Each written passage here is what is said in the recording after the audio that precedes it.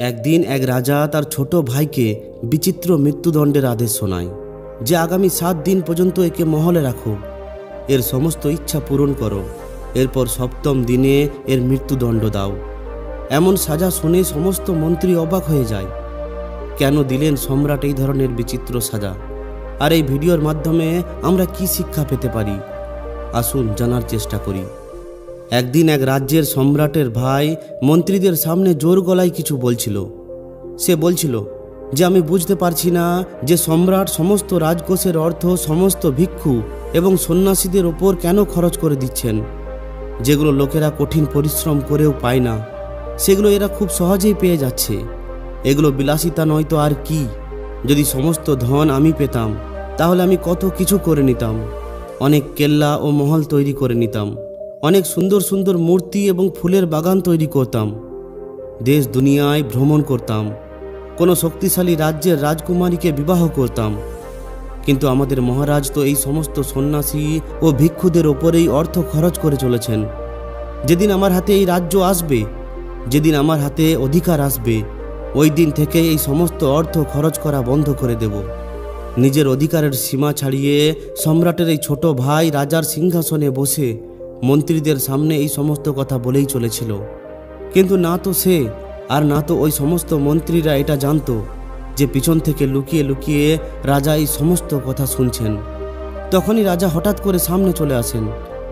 এরপর তিনি বলেন, আচ্ছা, তাহলে আমার ছোট ভাই এই রাজ্য নিজের হাতে নিতে চায়, রাজগদিতে বসেই সে এই ষড়যন্ত্র করছে।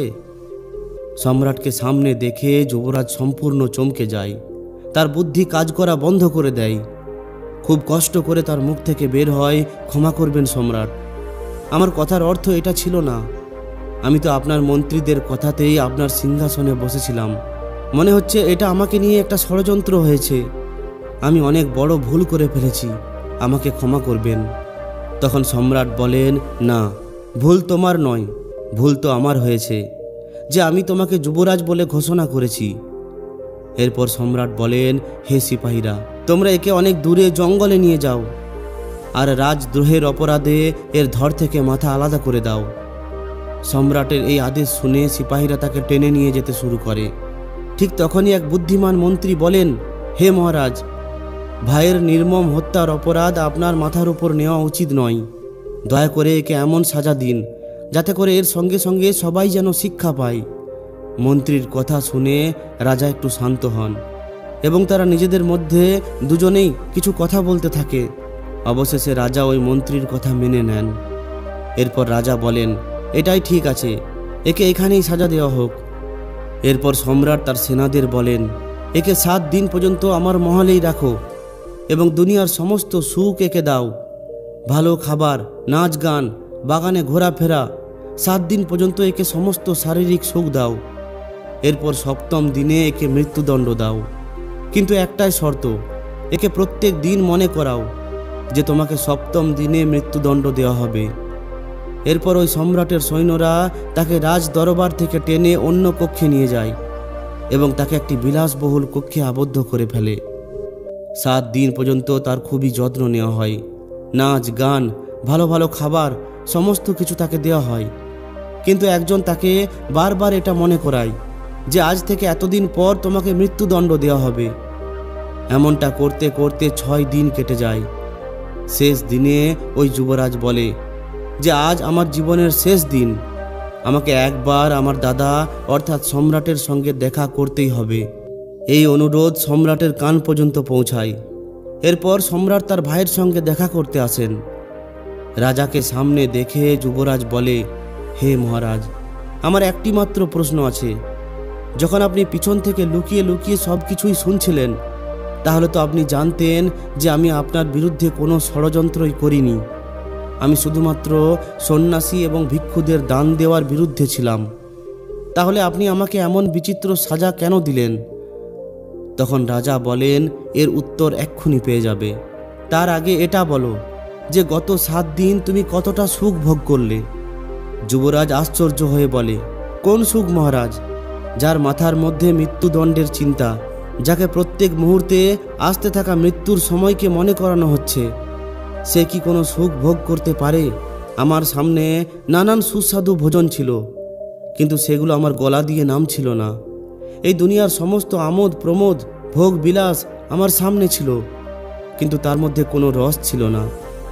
আমি বারবার শুধুমাত্র এটা ভেবেই আফসোস করেছি যে আমি এই জন্মে কত কর্তব্য পালন করিনি। আমার আরও কত কিছু জানার এবং শেখার ছিল, যেগুলোকে আমি জানতে বা শিখতে পারিনি। এই 7 দিন মৃত্যু সবসময় আমার সামনেই উপস্থিত ছিল। এই জন্য আমি সমস্ত কিছু শুধুমাত্র নশ্বরই দেখতাম। আমার কাছে এই সমস্ত শারীরিক সুখ পুড়ে যাওয়া ছায়ের মতো ছিল। তখন সম্রাট বলেন, যুবরাজ, তুমি একদম ঠিকই বুঝেছ। আমি তোমাকে এই বিচিত্র সাজা এটা বোঝানোর জন্যই দিয়েছিলাম যে সকল সন্ন্যাসীরা জীবনের অস্থিরতা নিয়ে নিরন্তর চিন্তা করেন, তারাই হলেন আসল জ্ঞানী ও তপস্বী। যিনি সবসময় মৃত্যুর চিন্তায় চিন্তিত, তিনি কিভাবে কোনো কিছু ভোগ করতে পারেন?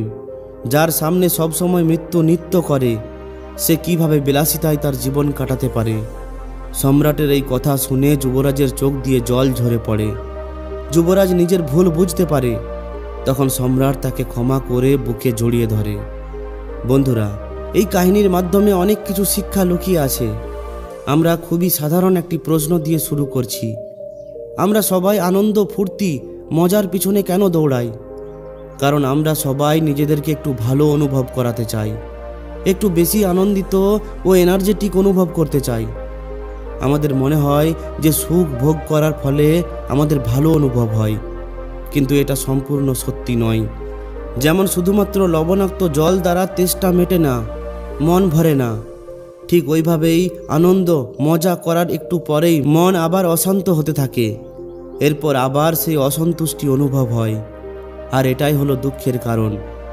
এখন আপনি হয়তো বলবেন যে মজা করার মধ্যে আবার কি দুঃখ আছে? এটাকে একটা স্কিন ইনফেকশনের উদাহরণ দিয়ে বোঝা যাক। ধরে নিন আপনার স্কিনে ইনফেকশন হয়েছে আর এক জায়গাতেই বারবার চুলকানি হতে শুরু করেছে। তখন আপনি যদি ওই জায়গায় একটু চুলকান, তাহলে আপনি খুব আরাম পাবেন। কিন্তু একটুক্ষণ পর আবার চুলকানোর ইচ্ছা হলো, আর আপনি সেখানে আবার চুলকালেন, তাই আরও বেশি অসন্তুষ্টি বাড়ল। এরপর বারবার সেখানে চুলকানোর ফলে ওই জায়গাটি একটি ঘায়ে পরিণত হয়ে পড়ল। এরপর আপনি বুঝতে পারলেন যে সেখানে ঔষধ লাগানো খুবই দরকার, ব্যান্ডেজ বাঁধা দরকার, এই জায়গাটিকে আরাম দেওয়া দরকার। সম্পূর্ণ এইভাবেই আমাদের শারীরিক সুখের চক্র চলে। কোনো শারীরিক সুখই আমাদের সন্তুষ্ট করতে পারে না। যখন একটা জিনিসের উপর মন ভরে না, তখন মন নানান ভ্যারাইটি খোঁজে এবং পরিমাণ বাড়িয়েই চলে। এখান থেকেই ধীরে ধীরে এডিকশন শুরু হয়। নেশা করতে করতে ব্যক্তি তার পরিমাণ বাড়াতেই থাকে। খাবার খেতে থাকা ব্যক্তি আরও বেশি খাবার খায়। খারাপ কিছু দেখতে দেখতে ঘন্টার পর ঘন্টা কেটে যায়। এই চক্রের মধ্যে জীবনের অমূল্য সময় এবং এনার্জি বরবাদ হয়ে চলে।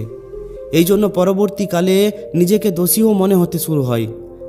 এই অসন্তুষ্টি মেটানোর জন্য, নিজেকে একটু ভালো অনুভব করানোর জন্য আমরা আবার কোনো মজার দিকে ছুটে যাই। এটাই হলো সবথেকে বড় কষ্ট, কারণ এই চক্রের মধ্যে নিজের সচেতনতা শেষ হয়ে যাচ্ছে। এই চক্রের মধ্যে ফেঁসে যাওয়া মানুষ এটা ভুলে যায় যে যখন আপনি আপনার কাজ পূরণ করেন, রাত্রে ক্লান্ত হয়ে ঘুমাতে যান, সেটাই হলো আসল সন্তুষ্টি। যখন চেতনার স্তর নিচে নেমে যায়, তখন বুদ্ধি ভ্রষ্ট হয়ে পড়ে।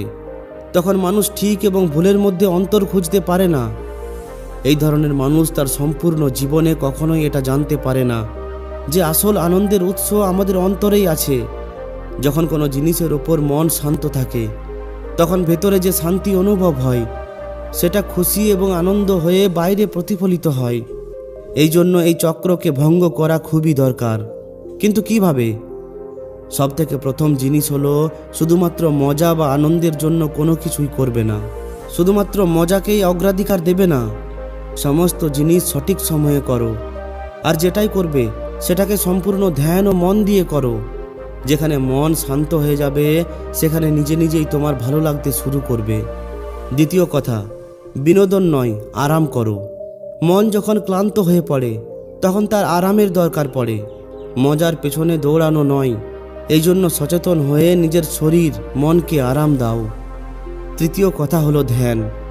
মনকে শান্ত করা শেখাও, অর্থাৎ বিনোদনের থেকেও বেশি দরকার আরামের।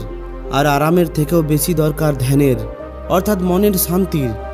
এর অর্থ হলো যখন আপনি বিশ্রাম করতে যাচ্ছেন তখন সবথেকে প্রথমে ধ্যান করার জন্য 5 মিনিটের সময় বের করুন, এরপর বিশ্রাম করুন। যখন চেতনার স্তর উপরে ওঠে তখন আপনার অন্তর্দৃষ্টির স্তরও উপরে ওঠে। আপনার এটা অনুভব হয় যে আপনি কি দেখবেন, কি শুনবেন, কি আপনার মনের শান্তির জন্য সঠিক। যতই আপনি আপনার মধ্যে থাকা লালসা, একটুক্ষণের মজা ও অসন্তুষ্টির চক্রকে বুঝতে পারবেন, ততই আপনার বুদ্ধির স্তর উপরে উঠতে শুরু করবে। আর আপনি এটা অনুভব করতে পারবেন যে এই চক্রের মধ্যে আপনার মন ক্লান্ত হচ্ছে, বিভ্রান্ত হচ্ছে এবং দুর্বল হয়ে পড়ছে। আপনি এটাও বুঝতে পারবেন যে আপনি নিজের অমূল্য মানসিক এনার্জি এবং অমূল্য সময়কে নষ্ট করছেন। যখনই আপনি এটা বুঝতে পারবেন তখনই ওই যুবরাজের মতো এই জিনিসগুলির প্রতি আপনার আকর্ষণ শেষ হতে শুরু করবে আর এই চক্রটি সম্পূর্ণভাবে সমাপ্ত হয়ে যাবে। বন্ধুরা, যদি এই ভিডিওটি আপনাদের ভালো লাগে তাহলে অবশ্যই একটি লাইক ও শেয়ার করে দিন। আর যদি এই ধরনেরই আরও শিক্ষামূলক ভিডিও পেতে চান তাহলে আমাদের এই চ্যানেলটিকে অবশ্যই সাবস্ক্রাইব করে নিন। ধন্যবাদ।